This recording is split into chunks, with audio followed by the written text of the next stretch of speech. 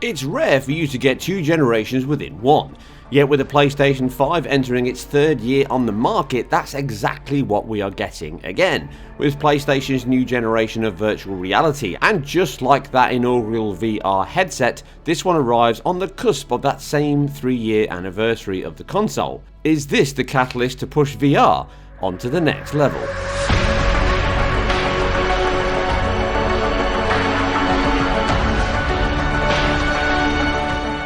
Now, I've already covered most of the aspects of the headset, the sense controllers and the contents in the box in comparisons to the first PSVR last week, at least externally. So check that out to supplement this one. Here I wanted to break the overall review down into the key constituent parts of the VR experience, which are the ease of use and setup, the user interface and control, the image quality within the headset, the sound quality, and that all-important immersion quality whilst playing the games. The final pillar here is the software and games themselves. These 5 core pillars define the hardware itself, with the 6 being the games that come on it, which will be a moving feast over the next few months and years as more titles hit the market. Just a little farther. So let's get started with the single biggest improvement over the PSVR and why this is a true generational leap over my first gen headset. Now, as I covered already, the vast reduction in connection cables, power and tethering old versus new is gigantic. Now you simply take the headset from the box or stand, plug it into the front USB-C port on your PS5, which is largely related to the power source, as the HMD has no battery to keep weight down. And that's it. From here on in, the screen is split out by the console itself, with the headset getting the required dual view ports and your TV being provided the social view via the HDMI out. This is always active, outputting at 4K with HDR, including sound, and is formatted perfectly to the 16:9 ratio of your 4K screen. This means for anyone watching, or as you see here for the game capture, the quality is a gigantic leap, both in and out of the headset, which is powered with an OLED screen that also supports HDR at 120Hz at 4K, which presents as 2000 by 2040 per eye.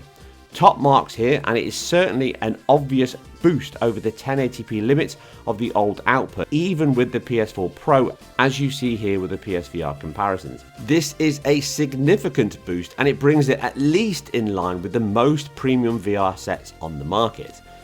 Another vast improvement though is in the setup and configuration of the device. Again, using the PSVR original as our baseline, that needed to hook up the breakout box, the power, the PS4 camera, and then go through a minor alignment with the camera as you turned it on. The first setup was actually pretty quick and simple, although the various elements did require eye alignment from the camera, controller and headset alignment, and it all felt a little cumbersome at times. Occasionally you had to reset these as well because it would just drift out of calibration.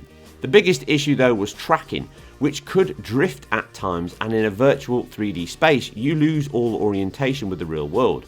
As such, if you start turning away from the TV and camera, then the tracking can lose your head, hands, which could cause some frustration in games as you fail to pick things up, move correctly, and even worse, lose a life. Quietly. Game over, man. It's game over. So moving up to the PlayStation VR2 is again right up with the most premium headsets on the market, and in terms of software and setup, it's actually leading. One single USB-C cable goes into the front of the PS5 and then you're good to go. Turn it on from underneath, which gives a nice little rumble on the headset to let you know it's powering on. Pop on the helmet and adjust as needed to your head and glasses using the hand torque dial and the front screen slider. Finally, align the lens optics to your vision for the clearest image. It then does a tracking session on your eyes movement and tracking your gaze as well, which is all very simple and quick with this red dot, although it is very bright. And choose if you want to sit or stand, and even create profiles for various game types. Well, basically 3 separate game types in the game world, and then a temporary one if you move it elsewhere. And then using the excellent built-in cameras and AR software, you create a low poly model of your layout and build a virtual and therefore physically defined space to play within. You're also free to tweak this now or later to reduce or extend it, or simply done within the helmet and sense controllers by a full view of your room through the headset via those cameras on board. Once you are all done and ensure the floor has not fallen from under you, That's it, you can jump into your game, and compared to the previous generation, this is incredibly slick and efficient, and best of all, it now stops you bumping into things as the virtual barrier pops up should you draw too close. Best of all though is the headset tracks you and the Sense controllers from inside out, meaning you can turn freely in any orientation and it will not lose sight or position, to an extent at least. Like all similar solutions, you can effectively hide the Sense controllers from the camera if you bring them too close and into your body when attaching items to a virtual belt buckle, for example, but this only happened occasionally and instantly remapped once you brought your hand back into view. The process of setting up and using is night and day to before, and the ability to map your room and instantly jump to see a see-through view at any time during a game is an absolute godsend, making the entire VR experience far easier, tactile, and above all, more pleasurable for you and others in the room, meaning you can stay in for longer sessions. Just reaching out for a drink after a hard session can feel like the Minority Report.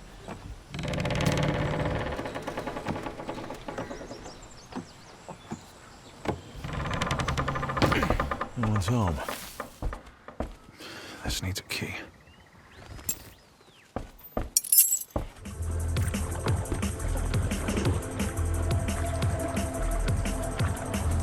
In terms of comfort, it is better than the PlayStation VR, but really that was never bad. Comfort and openness is a great feeling on your head, even for longer sessions, and the new Shark Gill blackout gasket does a brilliant job stopping the light leak whilst in the game world. Compared to my Oculus Rift S headset, it's far more comfortable to wear, lighter, and has almost no light leaks, which can occur on the Rift around my nose.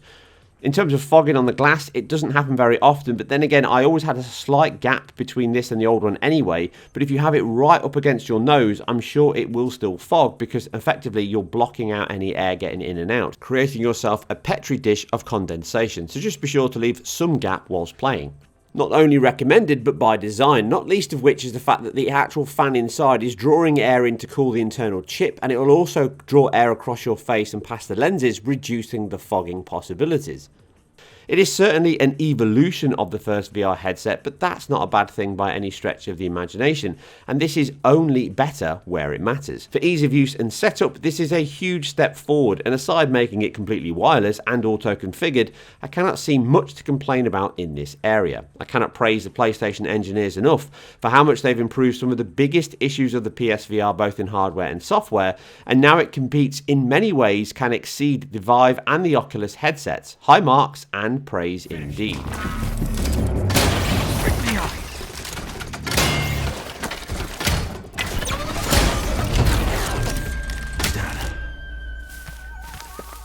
God's grasp should be close. Now, the world of virtual reality gaming has unique needs and demands compared to the 2D variety. Filling a fixed screen with a clogged HUD is not practical in VR, just as loads of text or waymarkers on a map. Therefore, diegetic solutions should be first and foremost from in-game hands, screens or items. Operations require more tactility to increase the solidity, the control and the natural adoption to your virtual domain. And in all these aspects, the PSVR2 tackles head-on and moves them on in huge strides compared to previous releases and its competition. Starting with the UX, the operating system is fully integrated across everything, just like on the PS5. Pop-ups are all based within the 3D world, taking focus above geometry in hands, but are much smaller and fixed within a vertex range, allowing you to look around it or over as needed, staying fixed within that range before popping back into view if you turn away. The menu is reduced in size but can be easily browsed as the game world remains active in the background, and the ability to run the operating system virtually within the game is due to the huge increase in performance power of both the PlayStation 5 and its RAM, but also the access speeds means it has a seamless experience just like the 2D one. One incredible feature though is that see-through world view, both in user experience and integration. No matter what you are doing, a simple press of the function button will pause the game, bringing up a full view of your surroundings in sepia. This helps in so many use cases and it feels so seamless. I quickly got used to it and now wouldn't want to play VR without it. It goes beyond that though, as mentioned on your space scanning setup. Should you or your Sense controllers stray too close to that, the core operating system again will bring up those boundaries virtually within your virtual game based on reality. even highlighting where your sense controllers are in the game and then instantly visible once you flip to that real world. This is not the first time such a feature has been built into a VR headset, but it is one of the most accomplished and slick versions that completes a UX which is forward-looking, tactile and intuitive. Not an easy trinity to achieve. And put them back on the ship. Be careful that you also don't grab to move at the same time by accident. The control itself is another win here over the generally makeshift PS3 Move 1s, or the DualShock 4 options of the PSVR. In fact, you often had to use the DualShock as not all games supported the Move and vice versa. The operating system navigation could be clumsy and general fighting the tools issues popped up. This is not true here. The Sense controllers give you the best of both and much more. Dual sticks, all buttons and triggers of the DualSense, means browsing menus, making choices and such all work here is as simple as using the DualSense natively. The L and R1 triggers are moved to the grips and make a great use of closing your hands, as it can be used with the L and R2 buttons to track your fingers and hold items. As they are fully tracked hand motion and even fingers on a title by title basis, every movement on each hand can be tracked. The design is superb, similar to the Oculus Touch controllers, just bigger, comfier and more precise, with diodes around the halos of each for tracking. They also rumble and provide haptics to notify you of something or resist on triggers, and even ping should you strike a rock with your oar, and even your headset will vibrate if you bang into something or hit yourself. Again, these can all be turned down or off in the operating system menu or even the game menu itself. But the fact you now have a pair of controllers that can do it all and then some, but are always fully supported on every title and come with each PSVR2, means the control is always in your hands, literally. An early poster boy for the quality is Call of the Mountain. Climbing, swimming, running and shooting all become so fluid and natural you stop thinking about doing and just inherently do. I can already imagine a Rambo 2 VR title would be epic. And in both these areas, the new system excels in many and leads in others, such as the room tracking and operating system integration. High marks again.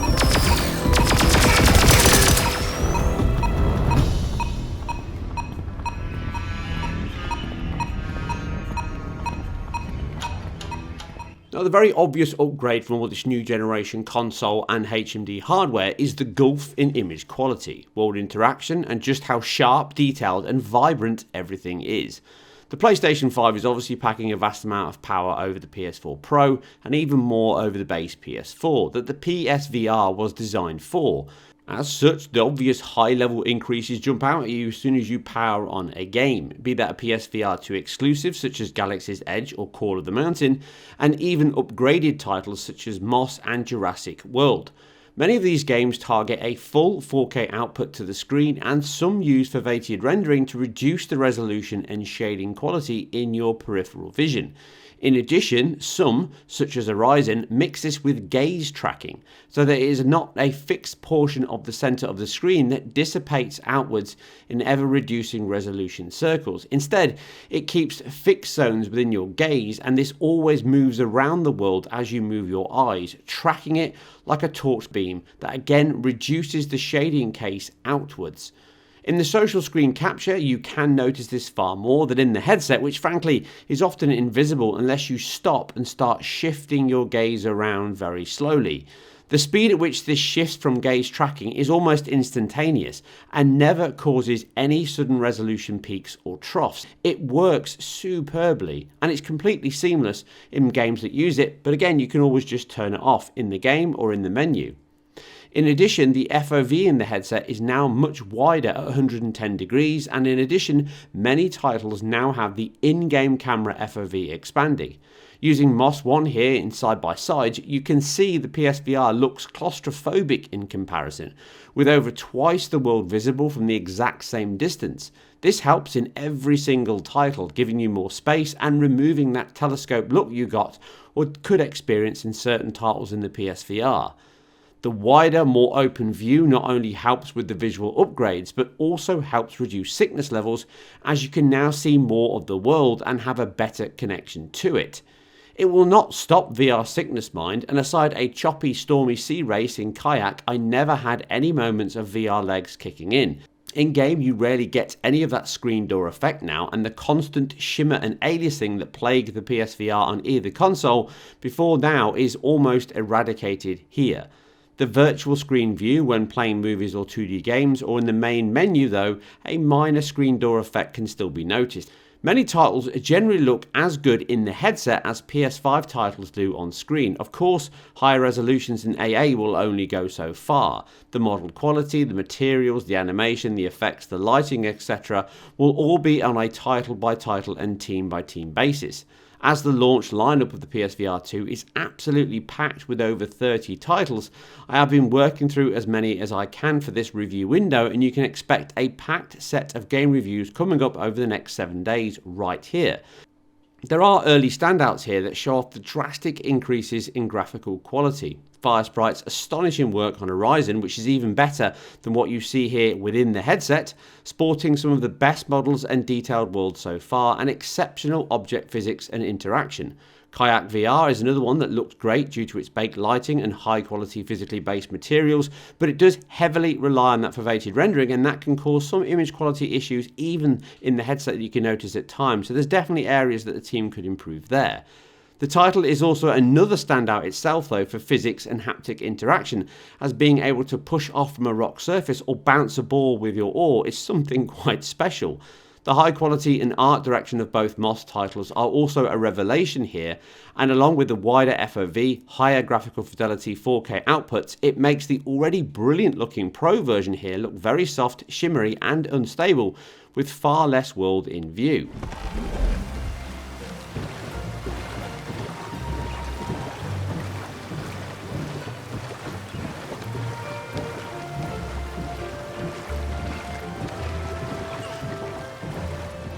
Great job. Next one.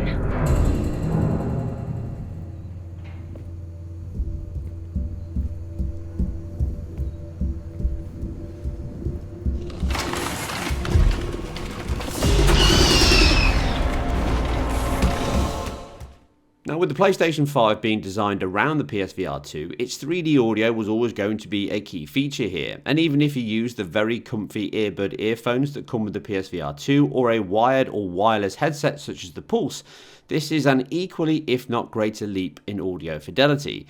Being able to track objects in 3D space was possible before, but now the separation levels, the verticality of the sound propagation and reverberation can amplify every aspect of a title. Be it a dismembered head talking to you through a Populous Revival intro, to a long neck almost crushing you underfoot. The depth, quality and sheer quantity of sound sources and what they add to each game is stunning.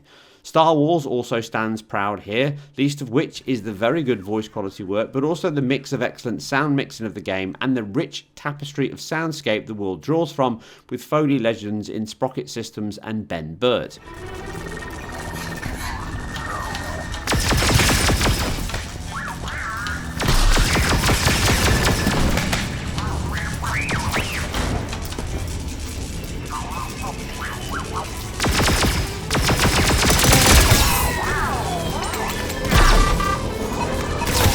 Music and mixing of sound effects is not only a core aspect of the VR experience, you can tweak the balance as needed in the operating system and the game menu, allowing each of you to pick the perfect balance of sound, ambience, or even silence if you are an audio heathen. This is an area I will come back to in a deeper dive later, but the early signs in this review period sample at least has got more than just my ears pricking up.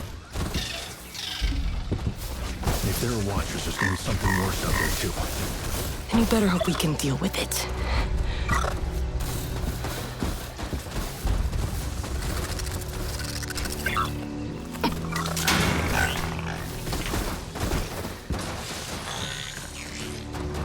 Did we lose them? Keep quiet.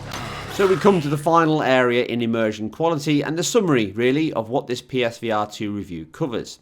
And with all four pillars covered in this VR ingredient, we come to the proof in that pudding. With VR being all around the experience, the suspension of disbelief, and as I often say, the new form of arcade or theme park rides we have, in my opinion, the very best VR headset money can buy on the market, bar none. All of the elements are here to deliver rich, engaging and visually sumptuous playgrounds, racetracks or adventures to escape to. From the world-class comfort levels, ease of use, practicality and sheer brilliance of the entire setup, integration and operating system use, to the best on the market refresh rate, screen quality and optics, leaves you in no doubt that even if you have the very best PC money can buy, the PS5 is currently the home to the most impressive and immersive VR platform you can get.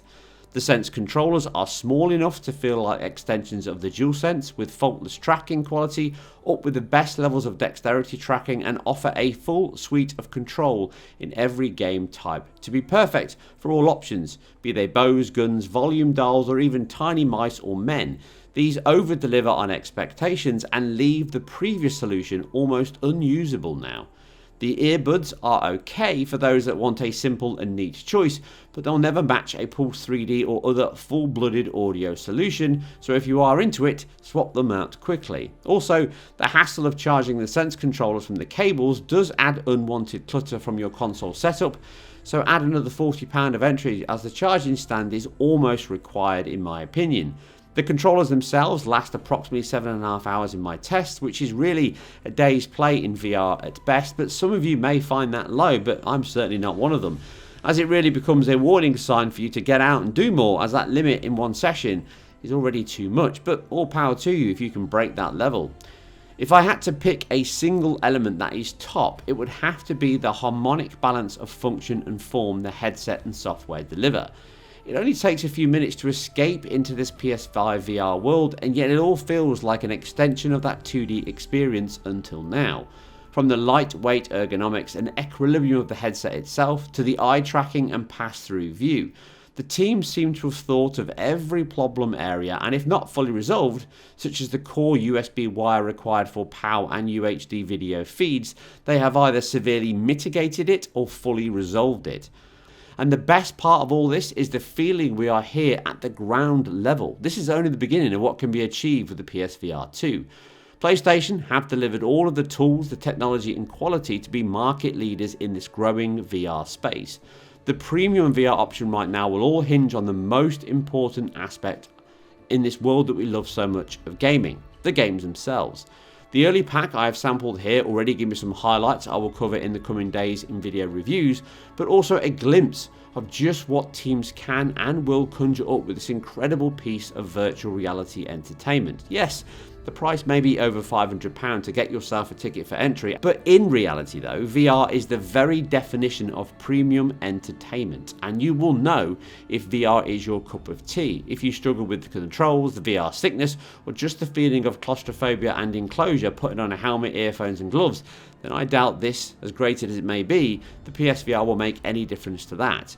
But if you are on the lookout for the next step up in VR gaming, I can only recommend the PSVR2, and the promise this hardware brings is almost impossible to ignore.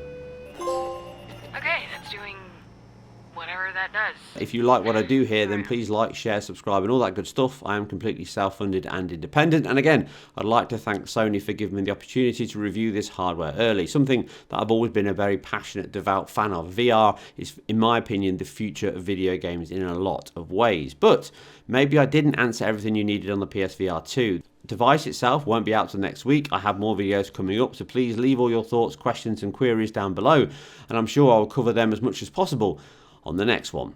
Anyway, for now, I'm off to spend more hours in a big white helmet. I'll catch you on the next one.